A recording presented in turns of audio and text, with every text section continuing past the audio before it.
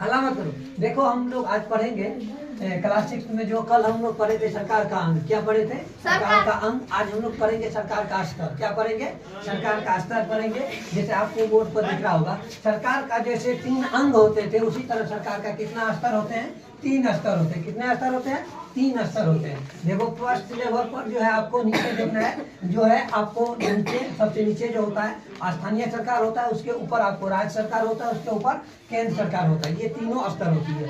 केंद्र सरकार जो होता है ये राष्ट्रीय लेवल स्तर पर होता है, जो पूरे देश का जो नंबर 1 होता है, यानी ऊपर ऊपरी सरकार कह सकते हो आपको इसको। ये जो है राष्ट्रीय लेवल पर होता है।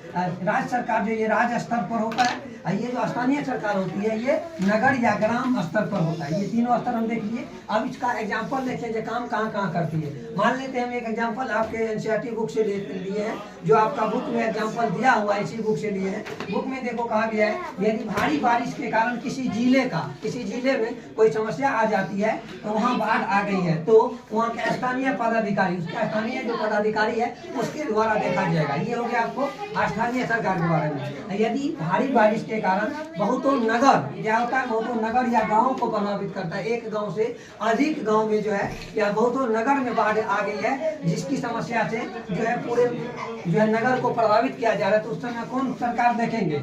राज्य सरकार देखेंगे। उस समस्या को कौन देखेंगे?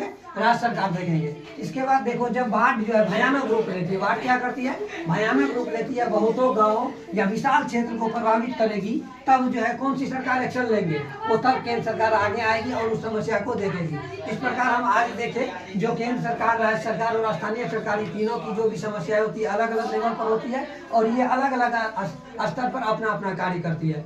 देखिए, thank you so much for this watching.